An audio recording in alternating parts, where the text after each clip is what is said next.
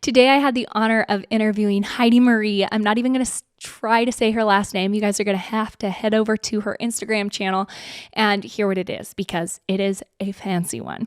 But it was a super fun interview for me because we have followed each other on Instagram for years. Heidi mentions on here she actually listens to the Now That We're a Family podcast, which is super cool. And now I have the honor of having her come on the show and visit with me all about Mennonite culture and how that has affected their family culture now, how that impacts it, talking about hospitality, talking about little boys and how they can be kind of destructive and how to navigate that. So I really enjoyed this interview. I know you guys are going to too. If you would give this interview or not this one, if you're on YouTube, give it a thumbs up. That'd be amazing. If you're on the podcast, if you would go down and leave us a rating or a review.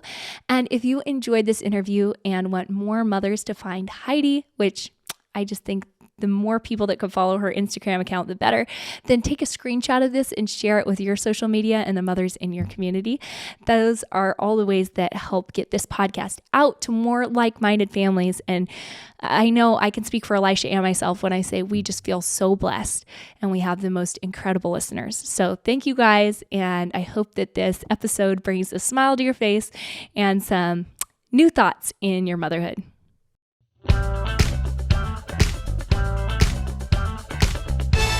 The Now That We're a Family podcast. Okay, Heidi, it's an honor to have you on the podcast today. It's fun. We were chatting before, and this is our first face-to-face. I mean, as close as you get face-to-face when you live on other sides of the country, conversation today.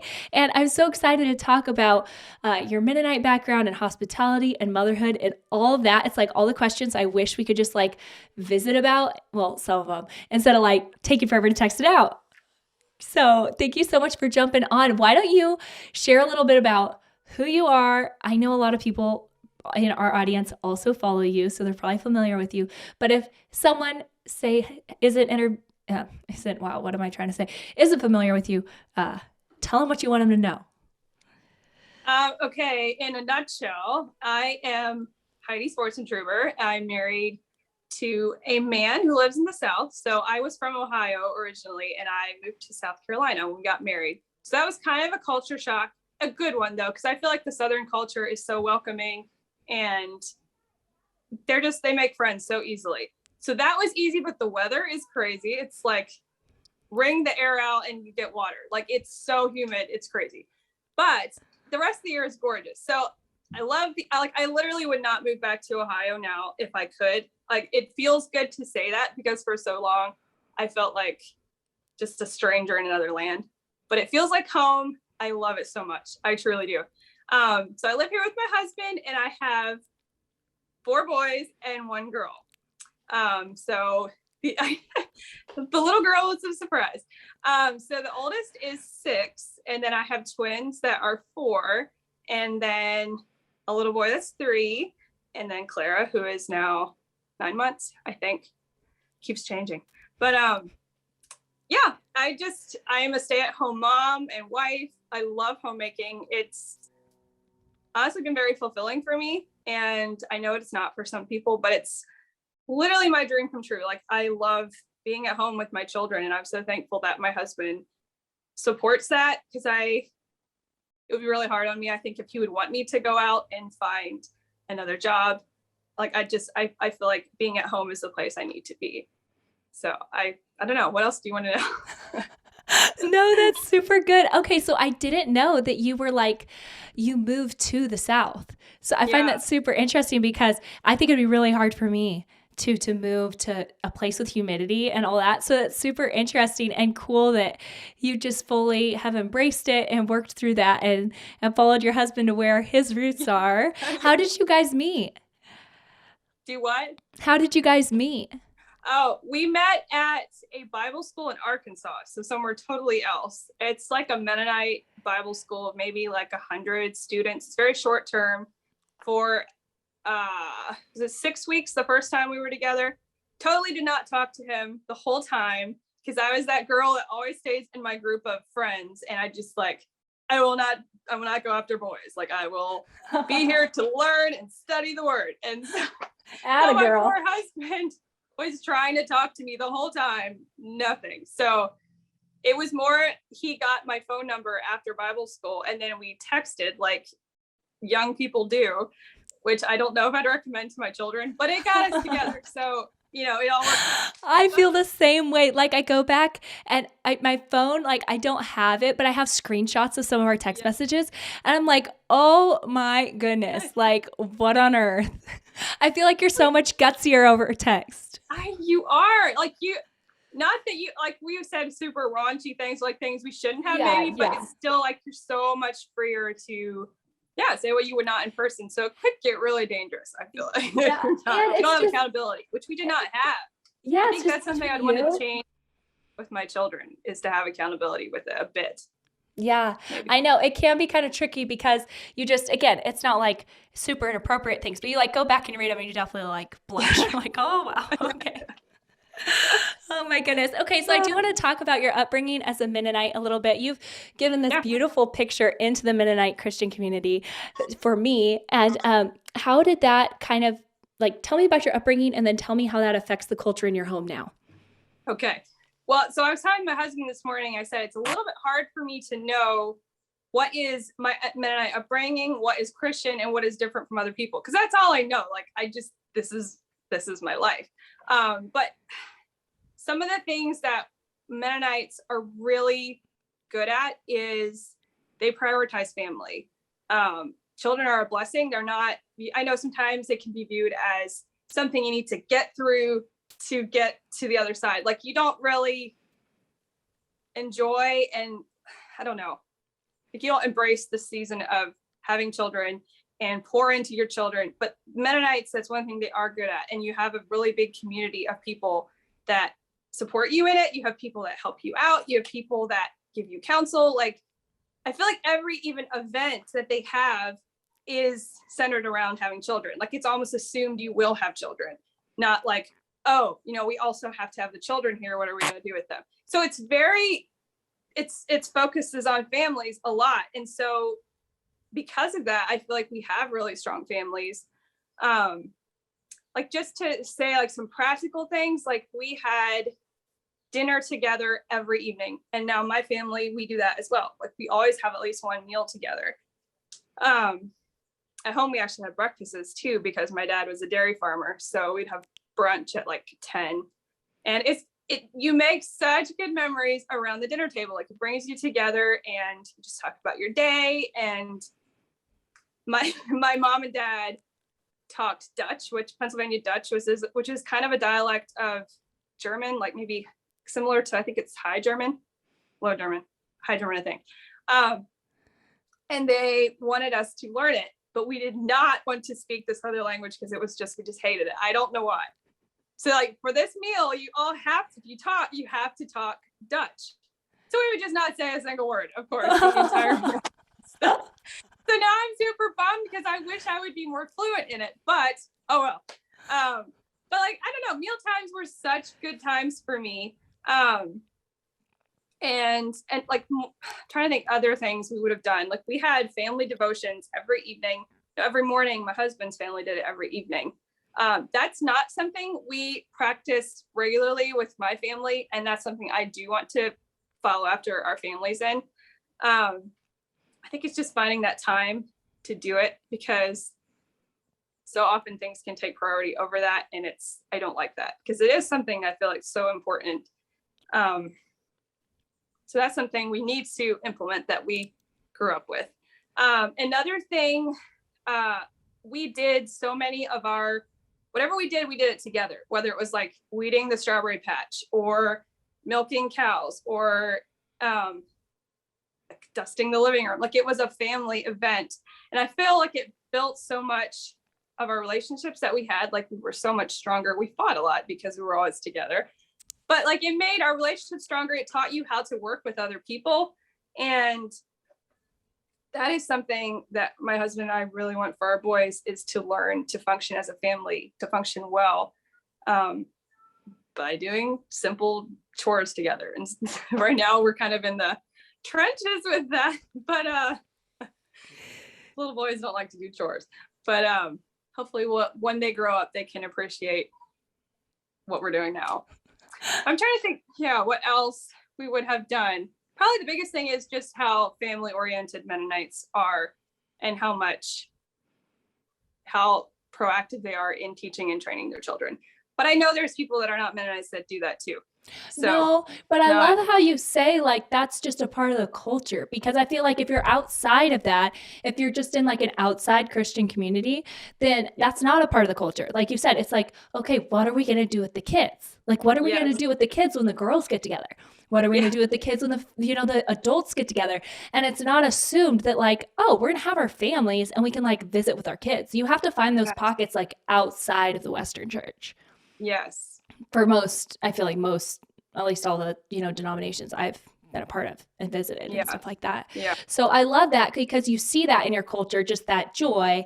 And I think honestly, one thing that I would say that Mennonites do is they just take the Bible more literally, which we should do than the average Christian. It's like, hey, God's word says it. Yeah. And then you live it, And I respect that so much because I think we try to like, oh, it's like, that's allegorical, or that's theoretical, or that's cultural. We just explain away the Bible. And we explain away a lot of the blessings that come with living the way God intended. Yeah, I agree. Yeah. I love that so much. That's so fun. Okay, so something I wanted to dive into too is you've got a lot going on. I know I just see the tip of the iceberg on Instagram, but how do you juggle motherhood to 5? You're really active on social media, very encouraging on social media, and you have a side business, and I don't even know what all else. You're super hospitable. So like, how do you do all those things? Well, I feel like there are boundaries I have to set for myself. And I feel like I have to revisit those boundaries so often because things are always changing. Like my Instagram account grows larger. And then with that comes more messages and more, just, it requires more attention. And I don't want to ever let that take the place of being a mom and a wife. So just like some boundaries I've set for myself is I try to like post content, message people when my children aren't like having quiet time or after they're in bed in the evening or are playing really happily. Like if I can tell they're very engaged with something else, I don't feel like I'm over here on my phone and they're really needing me.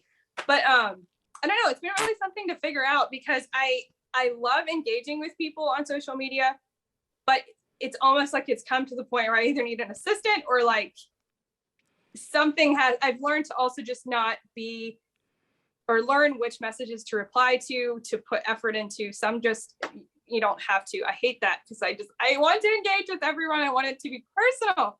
But at home too, like I have someone that comes in and cleans my house whenever I want her to. For a while I was doing it every week. Sometimes I do every other week, but that helps tremendously. It just helps take that load off that like, I did not get this cleaned. I don't know when I'm going to do it. And it helps me be just a better mom. I know not everyone is in the place where they can, maybe pay someone to come in and do that. So I am really grateful that I can, but also having that side business helps pay for that. So it's it works together. But yeah, I don't know. I feel like it's something I'm always going to struggle with and always have to put boundaries around. And like for you, I know I admire so much how you got rid of your smartphone. I'm just like, wow, that takes a lot. Like, I just don't know. But like you said, I have an assistant. So that really helps with that because otherwise it's not really possible, right? To manage the social media account. So you see the gives and takes, like you said, you have to be like, okay, where am I personally best spending my time and, what works for our home and then where is it really taking from our home and kind of navigating that because it's going to look different for every home. That is very true. But I think we can learn from each other. Like it just seeing how you have managed without your smartphone, like helps me realize, I can do more than I think, like aside from it, or like take more breaks than whatever. One thing I did think of too, is I almost always take weekends off of social media. I do not, it's just a time to like really focus on my family and just relax. It's just, I need that break to get off. So that is another like boundary I would set. But yeah, I don't know. Well, I love it. It just sounds like you're really in tune to your family and your home, and you do a lot of things without maybe like having to set like, oh, this is what I'm doing. It's not like regimented. You're just really in tune with like, I need breaks. I need rest. I need to be there when my kids need me. When they're engaged, I could do something Yeah. else. And you see that comes across in your profile because it is very refreshing and life-giving, and you don't feel like you're like at the end of this burnt out hamster wheel pushing out content at the expense of Okay. everything around you. Yeah. You can tell the difference. So Okay. I'm encouraged. So as a mother of boys, how do you cultivate respect and gentleness while letting them explore the energy of being little boys? That's a hard balance sometimes. I grew up with 5 brothers, so I feel like it was kind of a good preparation for being the mom of 4 little boys. Um, but one thing I've kind of learned is that they don't intend to destroy, and they don't intend, like, that's not usually their intention. They're usually trying to figure something out. And like we have a little table and chairs that came from Amazon, and they're constantly taking them apart, like taking the screws out. Kind of drives me nuts, but at the same time, it's like, oh, well, it's not hurting anything. And they just love it. So like that's something they can put energy into, and they can like figure it out. It's not destroying anything. And I think so often, like, they're so impulsive. Maybe girls are too. I just haven't mothered girls yet, really. But like they'll find a screwdriver and they're like, I wonder what this would do if I would just like ram this into the wall. So I'll find them doing that. You're like, okay, now we have to talk about it. Like, we don't ram screwdrivers into the wall. It's just not, it's destructive. So like there's just so many things I found myself having to say that I had no idea I would have to. Well, I won't go into super details with it, but we had a toad and pruning shears, and Oh my bad goodness. things happen. And when we talked to them, Oh they my had goodness. no idea that was a bad idea. And we're like, you have to be careful with frogs. Like, you can hurt them terribly. So, and they were crying. They had no idea. So it's just like so many things that they are innocent in doing. And I feel like I have to catch myself not being harsh and first figure out, like, were they intending to actually be malicious and like hurtful? And often it's not the case. It is sometimes, but just talking it out and like finding the heart behind what they're doing. But as far as being like respectful, we are, excuse me, we're in the South, and like one thing I really appreciate about the culture here is how like all the little kids are trained from little up to say like yes ma'am and yes sir, and it is just like amazing. So I want our boys to have that. They're not really at the point where they do that, but like we often, when we tell them something, we want them to reply with yes ma'am or yes sir. Just, it also helps just acknowledge what we said. Like you can tell it registered. But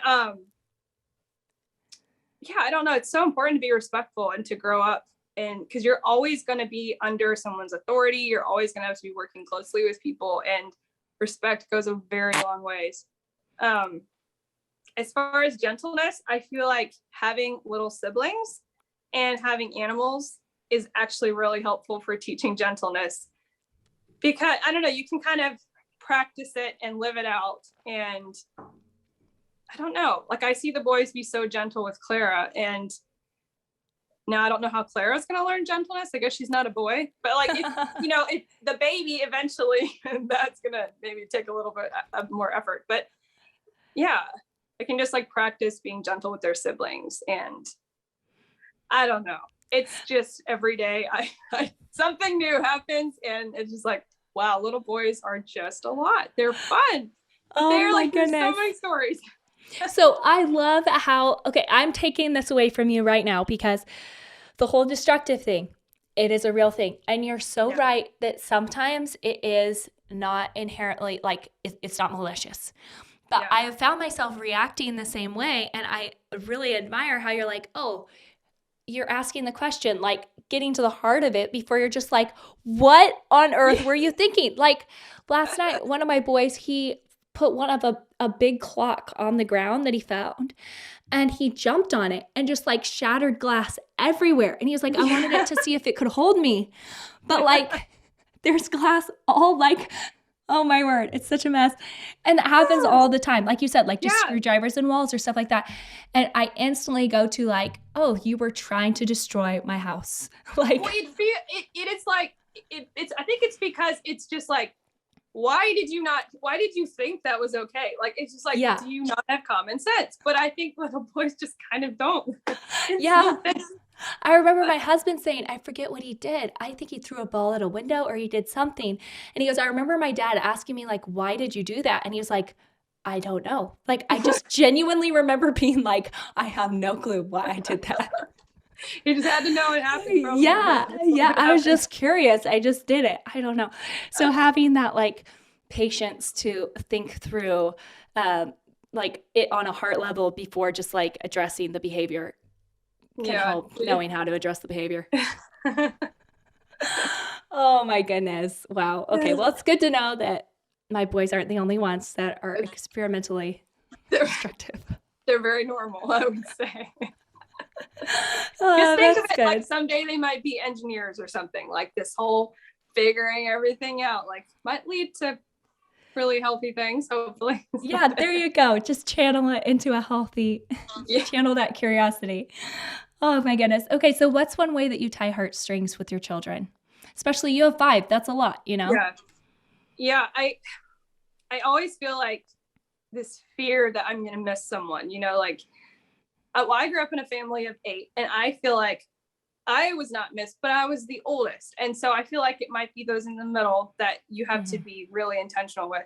But one thing that I've been doing lately that I've really enjoyed, and it seems like my boys have really thrived with it, is to do one-on-one time. Like, I'm cooking in the kitchen, snag one of them and say, hey, you want to help me, you know, dump the ingredients in and stir the soup. And that way, like, they all love to help, but sometimes it's good to just grab one of them, and one of them is screaming.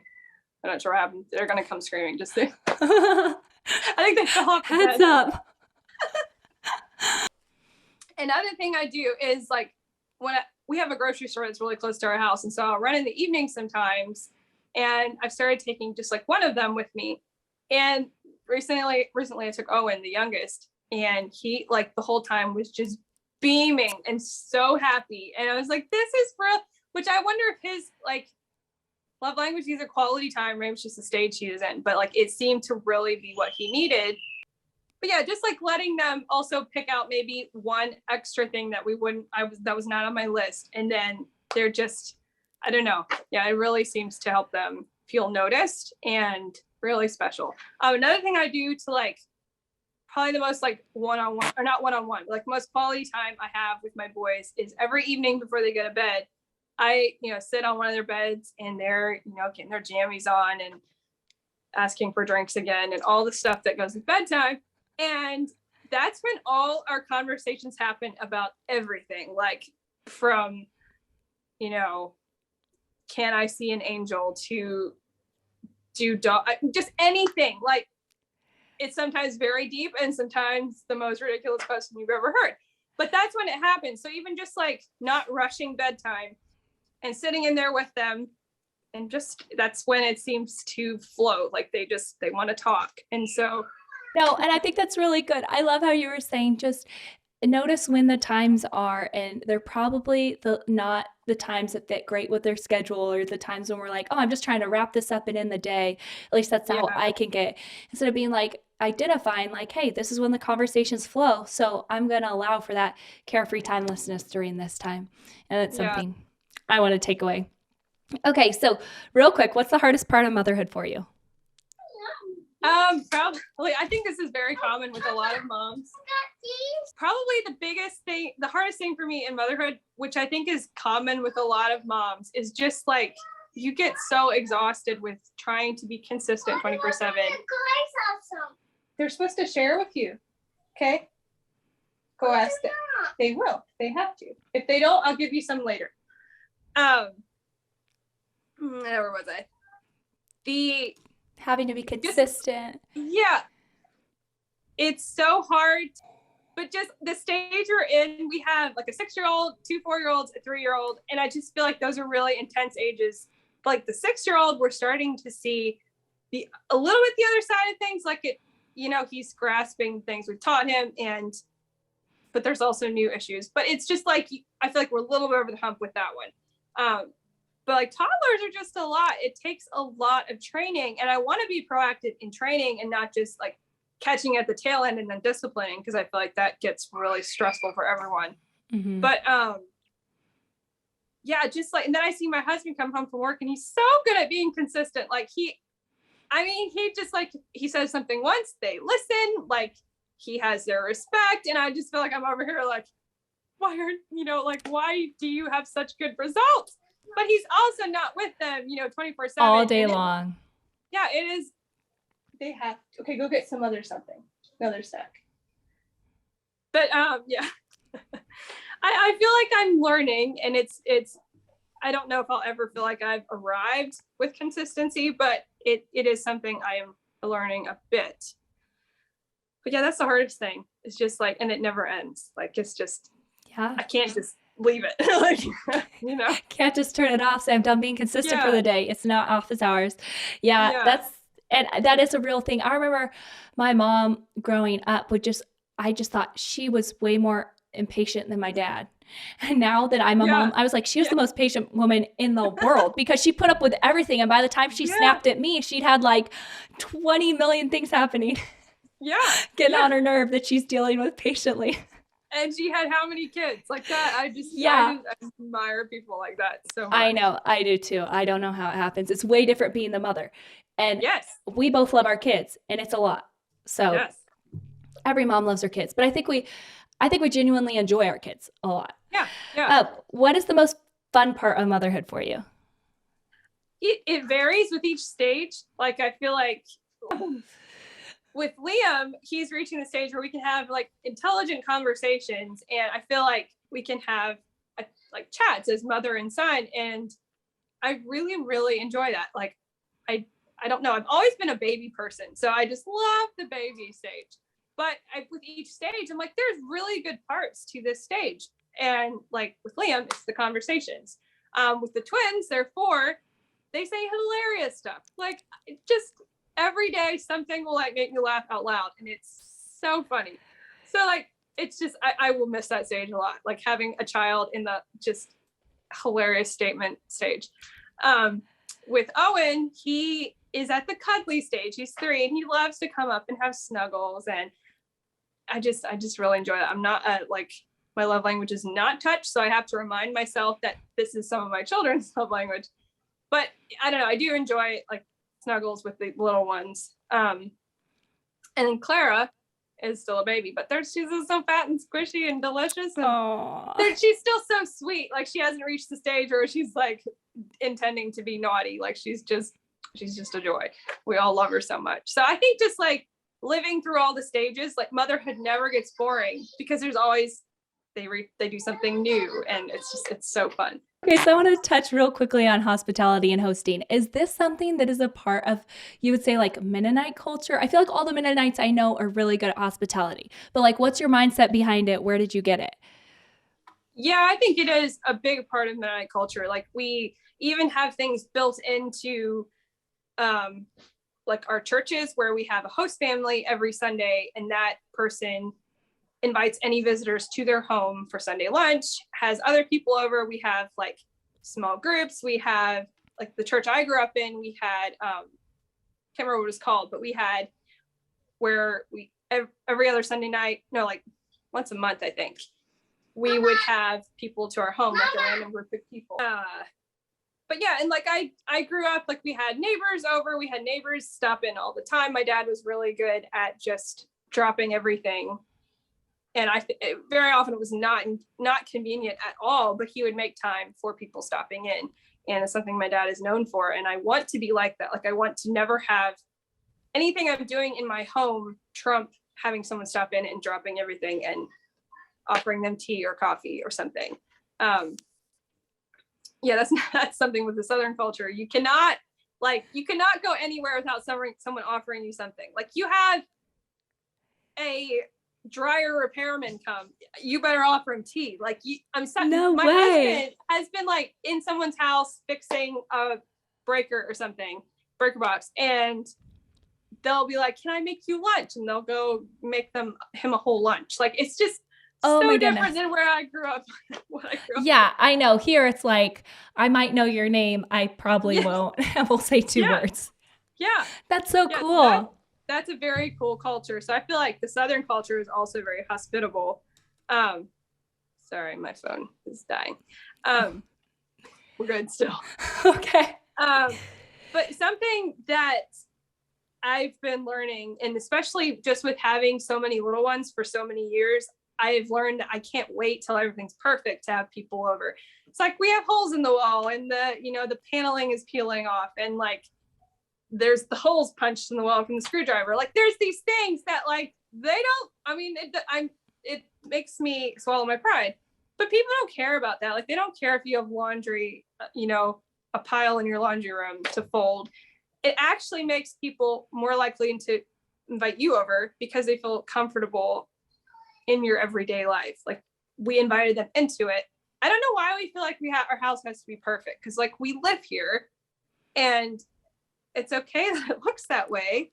I don't know. And don't apologize for your house is another big one. Like that's good. Touch on that a little more. Yeah. Do what? Touch on that a little more. I think that's a good one. Because it's easy for someone to come in and we just start being like, oh, sorry, the trim's ripped off here and sorry, it's a little dirty and, there is like, I have been at places where like, I did notice things and it was like, okay, that is a little weird, like that's very rare. But for the most part, if you go to someone's house and they're like, oh, just excuse that mess. And you're like, well, I am sorry for coming while you had a mess. I can tell you don't want me here. Like you want to make your guests feel at home and they are not going to care about cobwebs in the corner. Like if they do care, that's really their problem. Like, yeah, I don't know. We have a couple of people in our church that stand out to me because they're so good at hosting. And the things that stood out to me is that like you would go over for dinner and they would leave the dishes, go into the living room with you, drink coffee, and just like you could tell they wanted to talk to you and they were so happy you were there and like just wanted to stay longer. And like you could tell they genuinely wanted us there.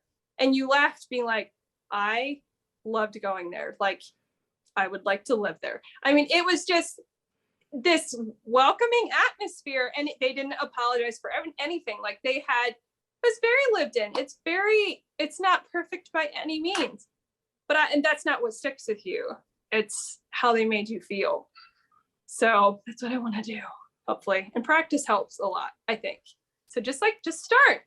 Just start and it gets easier. I love that. And I just think it's so encouraging because you're so right. You remember how you felt when you left a place. And if you go in and someone's apologizing for everything, we think that it's going to make us look better, but what it's doing is it's making our guests feel unwelcome. Yeah. Yeah. I think crazy. we don't think through what it actually does. And we think too, we have to explain why that is there. Or like we have to explain everything, but you don't I don't know.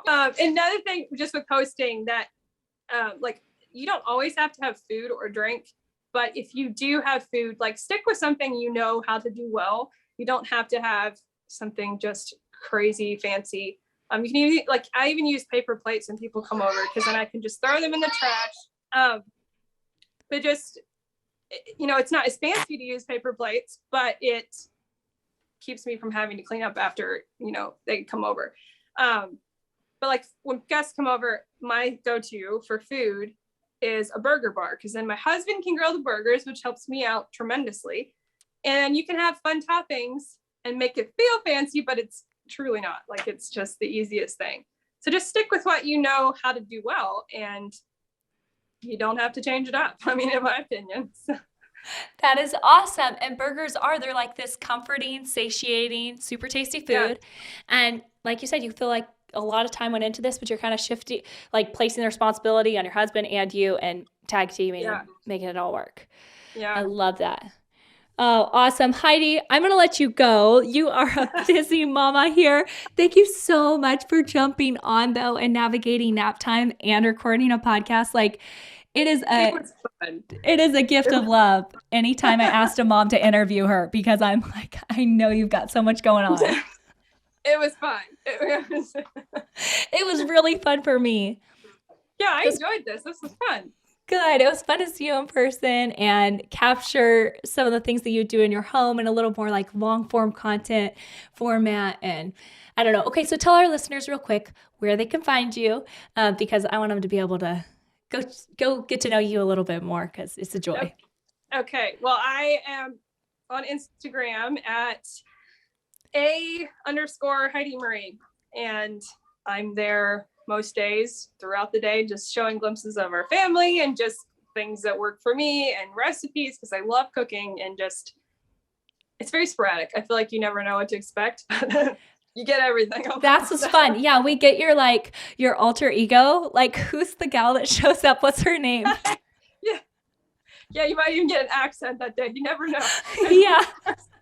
You never know. It's super fun. And I will link down below in the show notes your Instagram, just so, people who don't catch the underscore and everything can figure it out.